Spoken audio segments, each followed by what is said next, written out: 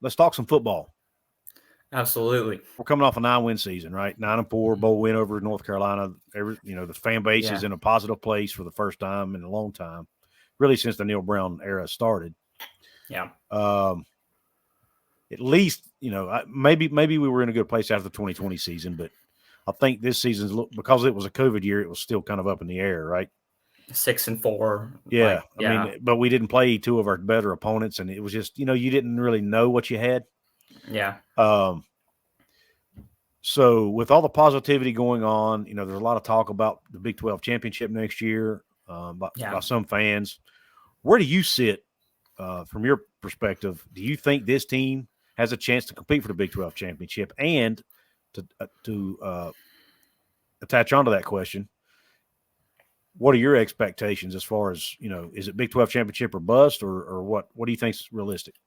Well, I definitely don't think it's Big 12 championship or bust. I think, I mean, Neal Brown had one good season, and I mean, I'm not trying to be a hater, but it's true. He hasn't played. We didn't play anyone with above 500 record besides Duquesne. Mm-hmm. And next year's schedule is a lot harder. I mean, Texas and Oklahoma's out, but we play Kansas, Kansas State, Iowa State. It's a lot harder than playing all four newcomers this year. Mm-hmm. And I agree with that. I think 10-2 is the ceiling, and 8-4 is probably the floor. But I don't think it's like, I don't think people should be saying definitely we're going to the Big 12 championship. We definitely can compete for one, and I think we probably finish third or maybe second in the league next year. Mm-hmm. We'll see what happens, but I do have high expectations for next season, thinking 9-3, 10-2, I mean, this year should have been 10-2 if we didn't, blow 2 fourth quarter leads. Yep. Agreed. I mean, we were very, very close to being 10-2. Actually could have been 10-2 without, you just in the regular, like you said, in the regular season is, I think that's what you're referring to. Could have been an 11-win season if you count the bowl game, right? So it's definitely, you can definitely see the program, they're that close. You feel like they're that close to quote unquote arriving. Yeah. But I agree with you. I don't think it's Big 12. I think they should be in the conversation for the Big 12 championship for sure. Yeah. In the last 2 to 3 weeks of the season. I think that is minimum to me because if you regress and only win 7 games next year, and I'm not even going to say 8 games, but if you regress and win 7 games, because I think 8 is still a decent season, but if you regress and win 7 games or less, to me, that's a problem because that kind of puts you back where you were before 2023. It's the first time you've really had that's 2 years down the drain. Yeah, you've got Garrett Greene, who's going to be a senior quarterback. You're returning most of your production from offense. You're returning the majority of your offensive line. I understand Zach Frazier's a big loss. I get that. But you're still returning a lot of production up there, a lot of snaps. You're bringing back several guys from the defense, Aubrey Burks, Anthony Wilson, Sean Martin, all those guys coming back. Yeah. Vesta Rennan, to name a few. So I think there's enough pieces on this team that they should be able to win at least 8 games. At least. Definitely. That's the floor to me.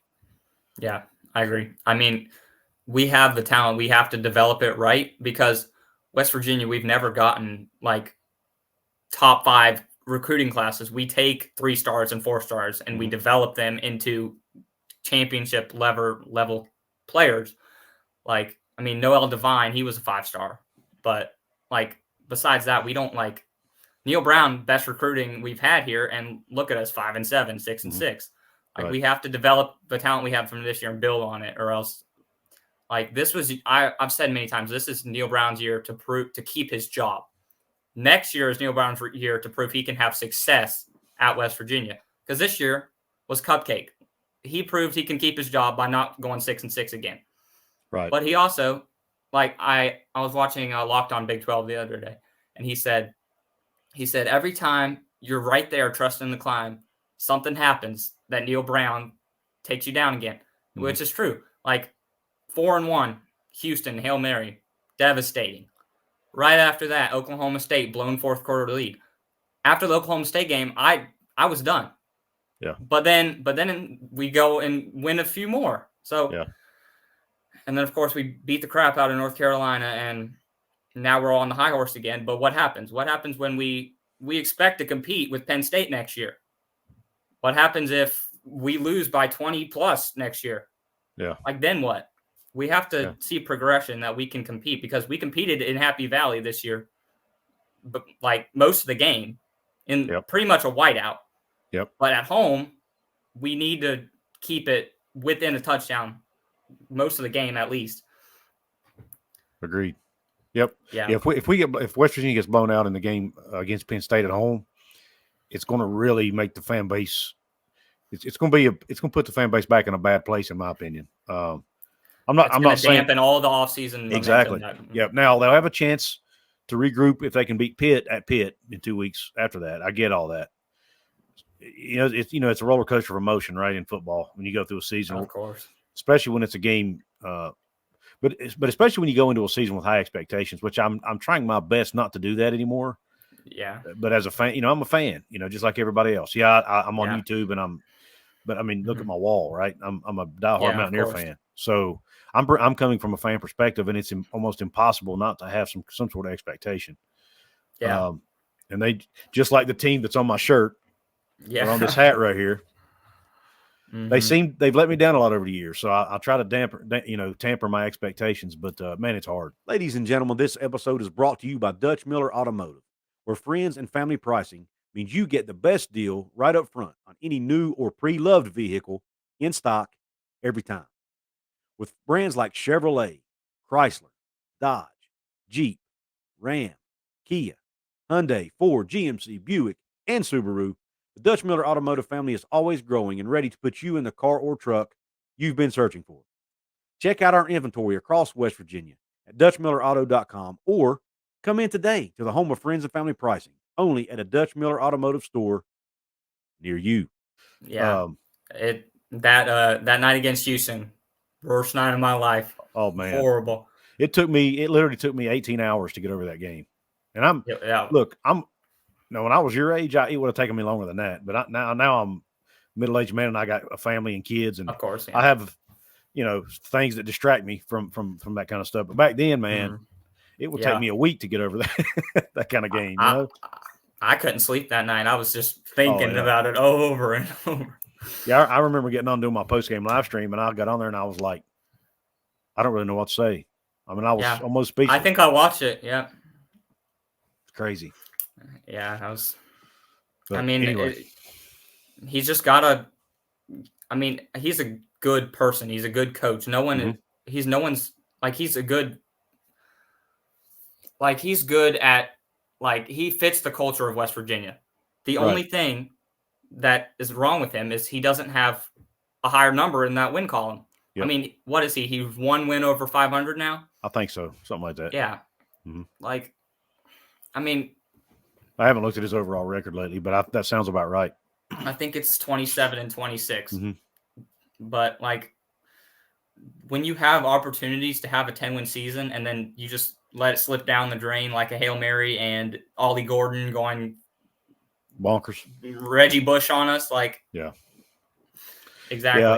In my mind, there were a lot of built-in excuses for this program. I say excuses loosely. I mean, you could say built-in reasons if you want to, whatever term people want to use for it. You could say he came in with a covered bear, which I know Brad doesn't agree with that, but I do. You could say they were behind. West Virginia was behind in NIL, which they probably were by a few months or a year. Yeah. All of that. I get all that. So, but now none of that. All of that's out the window now. He now has his recruits that have been in the program multiple years. He now has a stronger NIL base behind him, behind the program. Country Roads Trust is doing good things. I mean, Nico and Jaheim White, they're keeping these guys. Right. So all of that's in place now. So the cupboard's not bare anymore, and if it is, it's his fault because he's recruiting the players, right? Or retaining the players in some cases. Yeah, there's no one left from Dana's squad. It's all Neal Brown. Right. So right now, to me, if there was really ever a climb, now's the time he has to prove it. And exactly. I'm like you. He checks every single box you need a coach to check. So, but now the only one left to check is he's got the check mark. Yeah. It's kind of there. It's like you've started the check mark. Now you got to finish it, right? Yeah. Yeah. I think that that's a where pretty, I think that's a pretty universal opinion among the fan base, though, that he just needs more wins, but he's a good person. He's a good, he fits the culture. Yep. But agreed. Everything's about wins. The head coach, if you lose a game, it's all on you. If you win a game, it's all on you. That's just how it is. That's fair. I mean, about Garrett Greene, too. You saw the PFF rating. He was ranked higher than J.J. McCarthy. He had the exact same grade as Michael Penix, who went to the Heisman ceremony. Yep. Like, I love that kid so much. He could go very far next year if he – like, I also think the play calling was better this year, too. Agreed. Like, much less screen passes all the way to the edge of the field. Yep. Like, yeah. Yeah, he's finally I think Neal finally – I think the light bulb came on, for lack of a better term, at the end of last season, and he finally realized this is what I got to do to win at West Virginia. I think at least I think that's what happened. Now we'll see. Obviously, the health of the players plays a hand in all that too, which is one thing Ren Becker always talks about. If you have, look at the basketball team for a perfect example, right? Yeah. The adversity they face. Well, the football team could potentially face adversity too. You never know what's going to happen with injuries and various things. So if your starting quarterback goes down and you got your happened this year. I mean, two and then or three linemen go Mm-hmm. down, and then two of your best defenders go down. I mean, you know what I'm saying? If it snowballs, then you but I think most fans are smart enough to realize, to change expectations when that kind of thing happens. But well, Wyatt, tell everybody where they can find you and your work, man. WC Graphic Design on Twitter and WC Graphic Design 22 on Instagram. And he does all the graphic design work for Voice of Morgantown. He made the logo you see. Yes, this is the Hoops from the Hills logo, but this is also airing on Couz's Corner. But he made the logo you see in the corner right now. He made the Couz's Corner channel logo. He does great work. So if you need graphic design work done, Wyatt's your guy. Absolutely, hit me up. So hit him up on Facebook, on Instagram, on Twitter. Yep. Wherever.